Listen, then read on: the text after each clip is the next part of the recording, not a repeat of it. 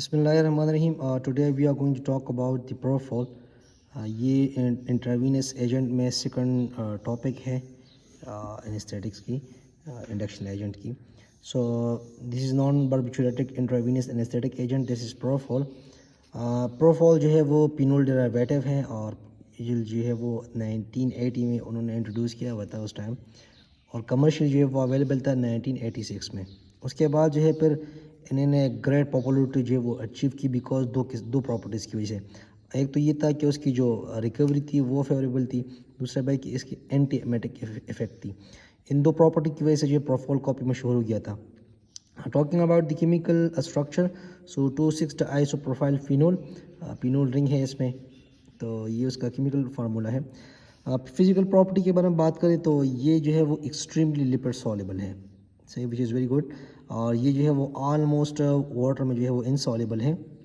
और ये जो फॉर्मुलेशन इनिशियली थी वो क्रीमोरफर इमल्जेंट फॉर्म में थी, उसकी वजह से कुछ कॉम्प्लिकेशन आ रहे थे, उसको थोड़ा सा मॉडिफाई कर दिया था.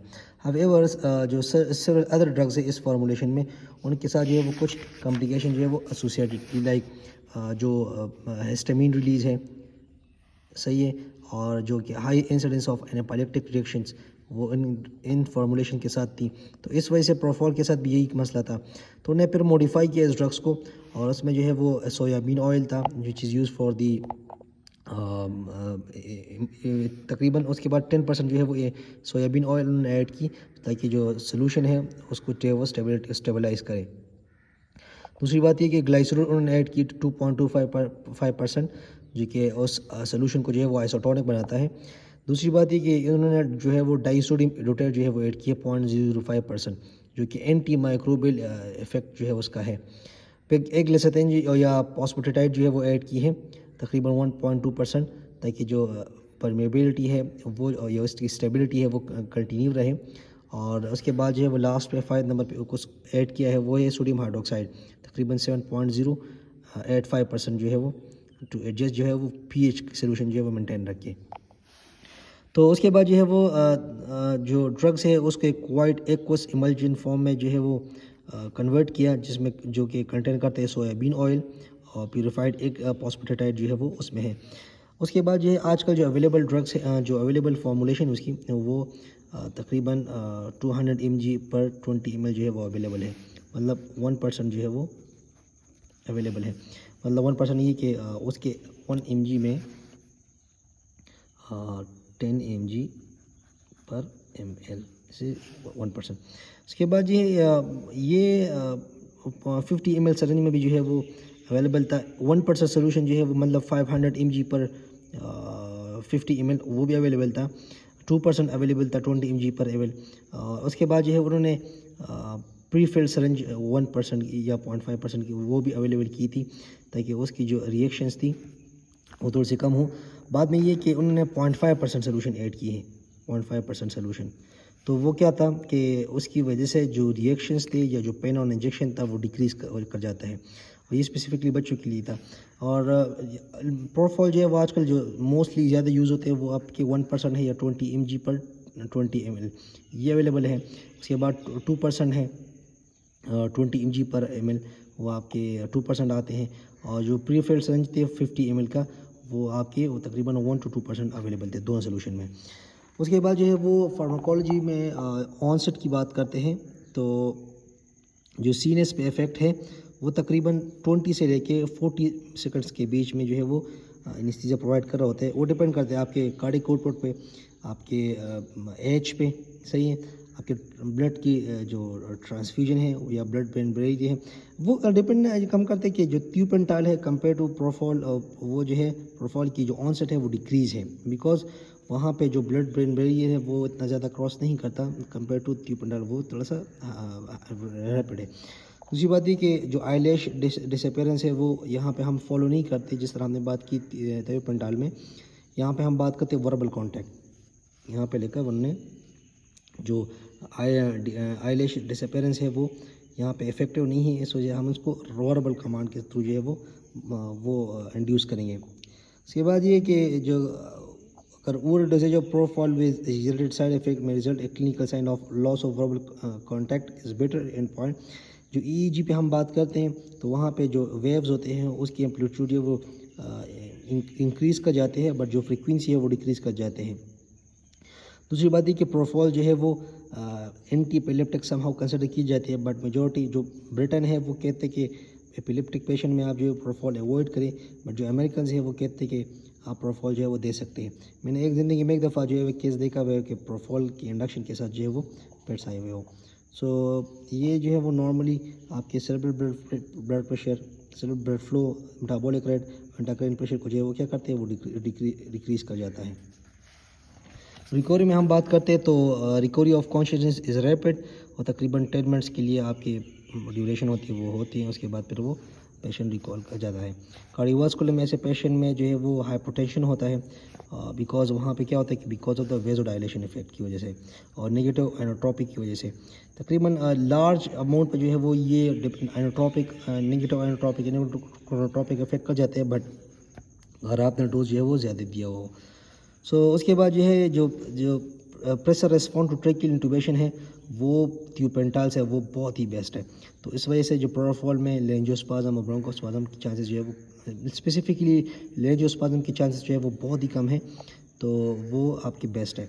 हावेवर जो हार्ट रेट जो है वो आपकी इनिशियली थोड़ा सा इंक्रीज़ होगा because of the reflex tachycardia, उसके बाद जो है फॉलोड बाय ब्रेडिकार्डिया। उसके बाद जो है फिर आपने रिस्पायरेटरी की बात करते वक्त कि आफ्टर इंडक्शन ऐप में जो है वो हो जाता है और उसका आपको मैकेनिकल रिप्रेजेंटेशन की रिक्वायर्ड होती है।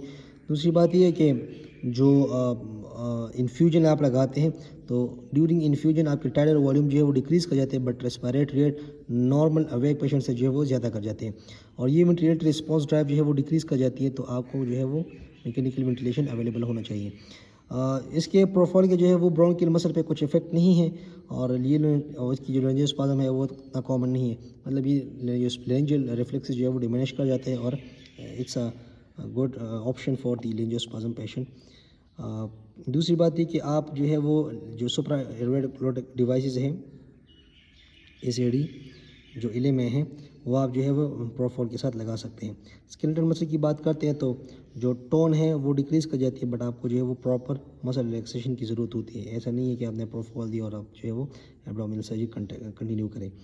Talking about the gastrointestinal system profile पे जो है वो उसका कुछ इफेक्ट नहीं है मोटिलिटी एनिमल में, but it is associated with low incidence of post operative Niyaz vomiting, Aldous majority जो है वो इतना नहीं होता। एंटी इमेजेस प्रॉपर्टी प्रोफॉल की ज़्यादा है।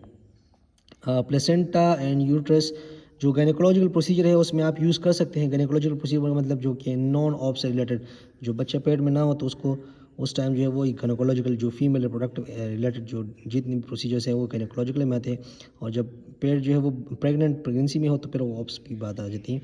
तो ये कहते हैं कि जो प्रेगनेंसी में गायनेकोलॉजिकल प्रोसीजर में वो एक्सेप्टेबल है, बट जो ऑप्स की सर्जरी में है या जो है वो आप जो मैन्युफैक्चरर्स है वो गारंटी नहीं करते हैं उन पेशेंट में जो कि ब्रीस्ट फीडिंग मदर्स होते हैं उनमें ये वो रिकमेंड नहीं करते, ये वो प्लेसेंटा क्रॉस कर जाता है और ये जो है वो पेशेंट की ब्लड प्रेशर जो ब्लड फ्लो है फीटल को वो डिक्रीज़ कर जाती है और फीटल हार्ट रेट जो है वो डिक्रीज़ कर जाती है।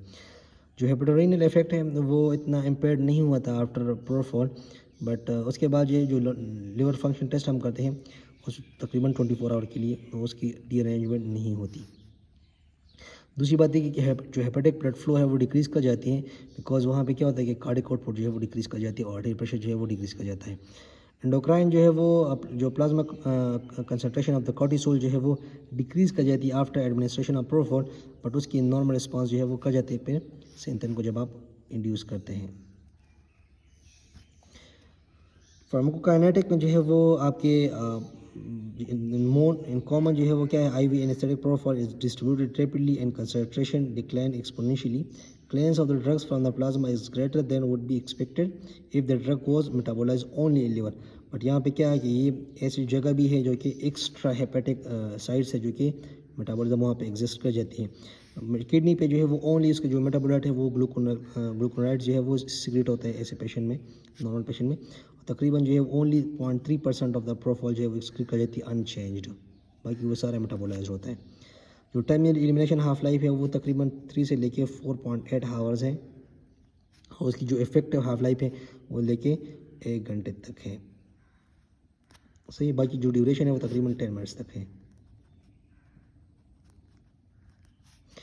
उसके बाद जो है तो the distribution and clearance of propofol are altered by concomitant administration of fentanyl. अगर आप साथ में फेंटा देते तो फिर उसकी जो एलिमिनेशन और डिस्ट्रीब्यूशन है वो थोड़ी सी प्रोलॉन्ग कर जाती है। So elimination of propofol remain relatively constant even after infusion lasting for several days. Doses की बात कर लेते हैं तो जो अनप्रीमेडिकेटेड एडल्ट होते हैं उनमें तकरीबन हम वो जो एल्डर पॉपुलेशन होती है वो उसमें 1.5 से लेके 2.5 mg पर केजी हम नॉर्मल में देते हैं। नॉर्मल एडल्ट में 1.5 से लेके 2.5 ये एक रेंज है। उसके बाद ये जो एल्डर पॉपुलेशन है वो हम 1.25 mg पर केजी वो देते हैं और साथ में जो है वो एक इंक्रीमेंटल डोज है वो भी देते हैं तकरीबन 10 mg।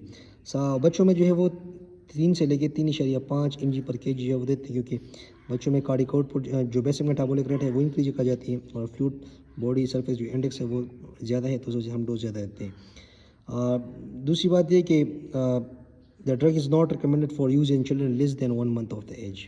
जो न्यूनेट्स होते हैं उसमें हम जो है वो प्रोफॉल रिकमेंड नहीं करते। कार्डियोवास्कुलर साइड इफ़ेक्ट जो है वो रिड्यूस कर जाते हैं जब आप इंजेक्शन जो है वो स्लो देते हैं। दूसरी बात ये कि जो प्री मेडिकेशन है उसकी कोई इतनी ज़रूरत नहीं होती। सेडेशन ड्यूरिंग रीजनल एनेस्थीसिया और एंडोस्कोपी वो आपके इन्फ्यूजन रेट जब आप 1.5 से लेके 4.5 mg पर केजी पर हावर जो है लगा लेते हैं तो फिर आपका एंडोस्कोपी और जो रीजनल प्रोसीजर है सेडेशन वो हो जाता है।